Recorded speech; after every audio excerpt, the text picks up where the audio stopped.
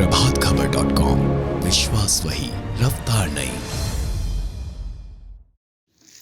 आज हमारे साथ बात करने के लिए मौजूद हैं लोक दल के राष्ट्रीय अध्यक्ष सुनील सिंह जी। सुनील सिंह जी यूपी में इस बार नए रंग के साथ चुनाव मैदान में प्रत्याशी उतार रहे हैं और उनका जो एजेंडा है इस बार वो जो मुख्यमंत्री हैं वो एक मुस्लिम चेहरा देने का काम कर रहे हैं। आइए हम बात करते हैं कि क्या कुछ इसको लेकर के इसके पीछे क्या मंशा है सुनील जी।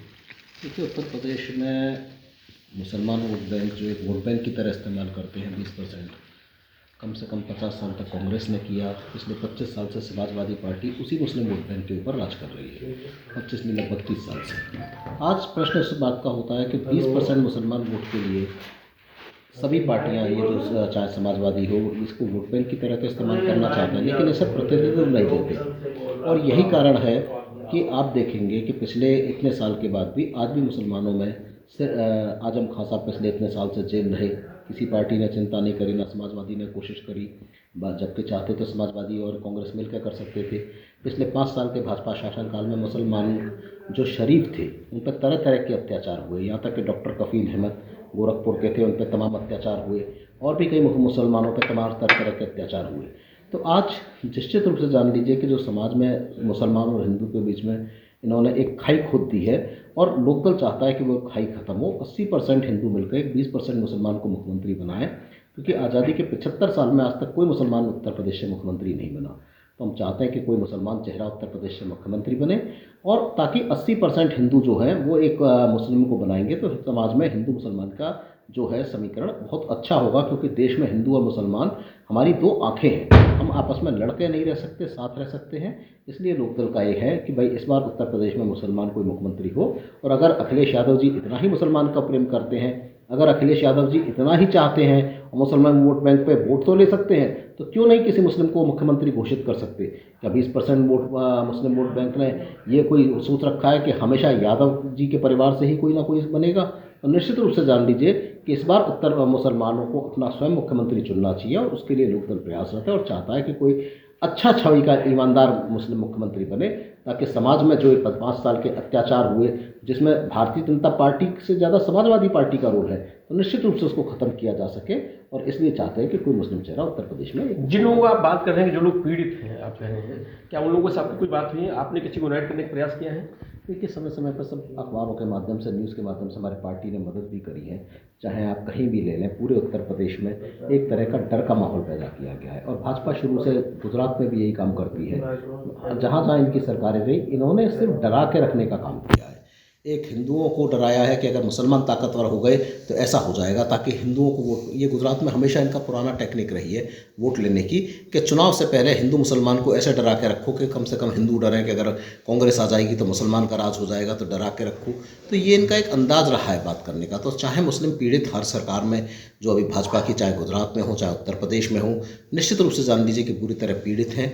और आज पिछले 5 साल के शासनकाल में लोगों ने अपना, पहले कम से कम कांग्रेस के शासनकाल में आदमी बोल तो सकता था विरोध के लिए, आज तो कोई आदमी बोल भी नहीं सकता। आज तो बोलेगा तो कोई उन्हें पाकिस्तानी कहने लगेगा, कोई खालिस्तानी, तमाम तरह के उल्टे पुल्टे आरोपित लगाकर एक अजीब देश को अलग राह पे ले जा रहे हैं, जो देश के हित में नहीं है। तो इसलिए हम चाहते हैं कि ओवैसी आए हैं उत्तर प्रदेश में मुस्लिम चेहरा बनकर के, तो आपको लगता है कि फिर तो ओवैसी जी के साथ आपको टाइप करना चाहिए? देखिए, ओवैसी जी उत्तर प्रदेश में आए हैं, लेकिन ओवैसी जी ने जो हमारा यहाँ पे जो उत्तर प्रदेश में कन्वेनर अपना बनाया, वो NHRM घोटाले वाले बाबू सिंह यादव जी को बनाया, जो एक स्वच्छ छवि का चेहरा नहीं है। इसलिए लोकदल का गठबंधन होते होते भी नहीं हो पाया, क्योंकि लोकदल एक ईमानदार पार्टी रही है। लोकदल के चौधरी चरण सिंह जब इस दुनिया से गए तो उनके बैंक अकाउंट में 434 रुपये थे। लोकदल के चौधरी चरण सिंह वो आदमी थे जो मंच पर खड़े होकर प्रत्याशी बदल देते थे, कि मेरे पार्टी का प्रत्याशी अगर अपराधी है तो मंच पर खड़े होकर अपने पार्टी का टिकट हटा के किसी निर्दलीय को समर्थन कर देते थे, और वो निर्दलीय चुनाव जीत के आता था। तो ओवैसी जी के साथ लोकदल को कोई दिक्कत नहीं थी, लेकिन चूंकि उनका जो कन्वेनर बना वो अच्छा नहीं हुआ, इसलिए हमारा गठबंधन नहीं हो पाया। वरना हम चाहते थे कि अच्छा समीकरण बने, और उस समीकरण को बनाने के लिए हम भी इच्छुक थे। पश्चिम में आपका भी वर्चस्व ठीक ठाक है, लेकिन अखिलेश यादव जी के साथ, जैन जी के साथ कोई बातचीत नहीं बनी क्या, या बनाने का आपने प्रयास नहीं किया? नहीं, अखिलेश जी और जो जिस तरह की समाजवादी की सरकार पिछले साल चली थी, 212 सीट थी, तो निश्चित रूप से जान लीजिए कि अखिलेश जी की सरकार में, जिस तरह का सरकार में जो भाजपा के शासनकाल में होता था, वो अखिलेश जी के शासनकाल में हुआ। कोई अंतर नहीं है, चाहे समाजवादी पार्टी की सरकार हो चाहे भाजपा की सरकार हो, दोनों ही अडानी अंबानी के द्वारा चलती हैं। आज 2003 में जब समाजवादी पार्टी की सरकार थी तो अंबानी परिवार को 10,000 एकड़ ज़मीन दी गई थी ग्रेटर नोएडा में बिजली का प्लांट डालने को, जिस पर बाद में वीपी सिंह जी ने ट्रैक्टर भी चलाया था।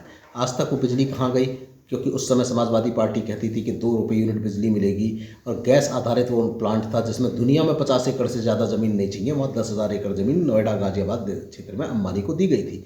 तो अंबानी की एक जेब में भारतीय जनता पार्टी है, अडानी अंबानी की, दूसरी जेब में समाजवादी पार्टी है। समाजवादी पार्टी को जब भी इलेक्शन होते हैं, अभी तो हेलीकॉप्टर नहीं उड़ रहे, वरना 5-7 हेलीकॉप्टर अंबानी के ग्रुप की तरफ से आते हैं। तो अंबानी तो दोनों को ही पोषित कर रहे हैं, चाहे समाजवादी पार्टी हो चाहे भारतीय जनता पार्टी हो। तो ये चुनाव उत्तर प्रदेश का बड़ा विचित्र चुनाव है, जिसमें एक तरफ कॉरपोरेट है जो किसानों की ज़मीन तक छीनने को आमदा हो गया है, और अडानी अंबानी पूरी तरह जो ये 3 काले कानून लाए, आज इनकी हिम्मत इन कॉरपोरेट की इतनी ज़्यादा बढ़ चुकी है कि ये किसानों की ज़मीन तक अधिग्रहित करने के लिए आगे आ चुके हैं। और कोरोना के दौर में जहाँ लोग ऑक्सीजन से तड़प तड़प के मर रहे थे, वहाँ हमारे प्रधानमंत्री के मित्र अडानी करोड़ों रुपया घंटा कमा रहे थे, हज़ारों करोड़ रुपया। तो बड़ी विडम्बना है इस देश की कि इन कॉरपोरेट से, आज भारत के कॉरपोरेट होते थे पहले ज़माने में जो देश के लिए काम करते थे, लेकिन ये कॉरपोरेट देश को लूट कर इनकी पॉलिसी इनके हिसाब से बनाई जा रही है, जनता को तड़पाया जा रहा है, जनता को पूरी तरह शोषण किया जा रहा है। नौजवान जो हैं, जो उनके सारे के सारे मजदूरों के कानून बदल दिए गए इन कॉरपोरेट के लिए, मजदूर लॉज में पूरी तरह फेरबदल कर दिया गया। आज कोई फैक्ट्री वाला अपने मजदूर को बिना किसी नोटिस दिए भी हटा सकता है। तो ये जो कॉरपोरेट के दबाव में, चाहे मजदूरों के साथ हो चाहे किसानों के साथ हो, जिस तरह का अत्याचार अडानी अंबानी के दबाव में भाजपा के शासनकाल में हो रहा है, यही अडानी अंबानी समाजवादी पार्टी के भी साथ है। तो निश्चित रूप से जान लीजिए कि ये लड़ाई कॉरपोरेट वर्सेस आम आदमी है, जिसमें लोकदल आम आदमी, किसान, मजदूर के साथ है। वो अडानी अंबानी का नहीं हो सकता, इसलिए लड़ाई लोग उनके साथ में जाने का प्रश्न नहीं उठता। अच्छा, क्या कोई मुस्लिम चेहरा आपने दिया है? आपने मुस्लिम बात करें, मुख्यमंत्री बनाने का कोई चेहरा है आपके पास? नहीं, चेहरा आएगा निश्चित रूप से, अभी चेहरे को तलाश कर रहे हैं। आप भी लोग बताइएगा, कोई ऐसा बहुत अच्छा चेहरा हो जो आना चाहता हो तो निश्चित रूप से हम चाहते हैं। और चेहरा तो चुनाव के बाद भी छांटा जा सकता है। अभी तो एक हम लोगों ने एक बात कही है कि आज 20% वोट बैंक के लिए आप सब परेशान हैं, लेकिन उनको बनाना नहीं चाहते। भाई क्यों नहीं बनाना चाहते? क्या कारण है नहीं बनाना चाहते? आजम साहब 3 साल से जेल में है, आप उनके संघर्ष में साथ नहीं गए। उनका बेटा भी बेवजह छोटे से आरोप में जेल में बंद कर दिया गया। तो ये सब चीज़ें जो चल रही हैं, ये देश हित में नहीं है। सुनील सिंह जी भी रोड पे नहीं निकले इसके लिए। आप बात कर रहे हैं आजम साहब की, उनके लिए तो आप भी तो नहीं दिखाई दिए बड़ा संघर्ष करते हुए उनके लिए? नहीं, देखिए, सुनील सिंह जी इसलिए संघर्ष करते नहीं दिखाई दिए क्योंकि आजम साहब जो हैं समाजवादी पार्टी के हैं, और उन पर कहीं ना कहीं निश्चित रूप से जान लें कि अगर वो एक बार को लोकदल की बात लेते या समाजवादी पार्टी से अलग होते तो लोकदल उनके साथ कंधे से कंधा मिला के खड़ा होता। तो चूंकि वो खुद एक पार्टी के साथ बंधे हुए हैं, तो ऐसे में हमारा जाना कोई बहुत अच्छा संदेश नहीं देता, इसलिए नहीं। आप समाजवादी, बीजेपी ज़्यादा समाजवादी पार्टी नाराज हैं? देखिए, मैं किसी से नाराज़ नहीं हूँ।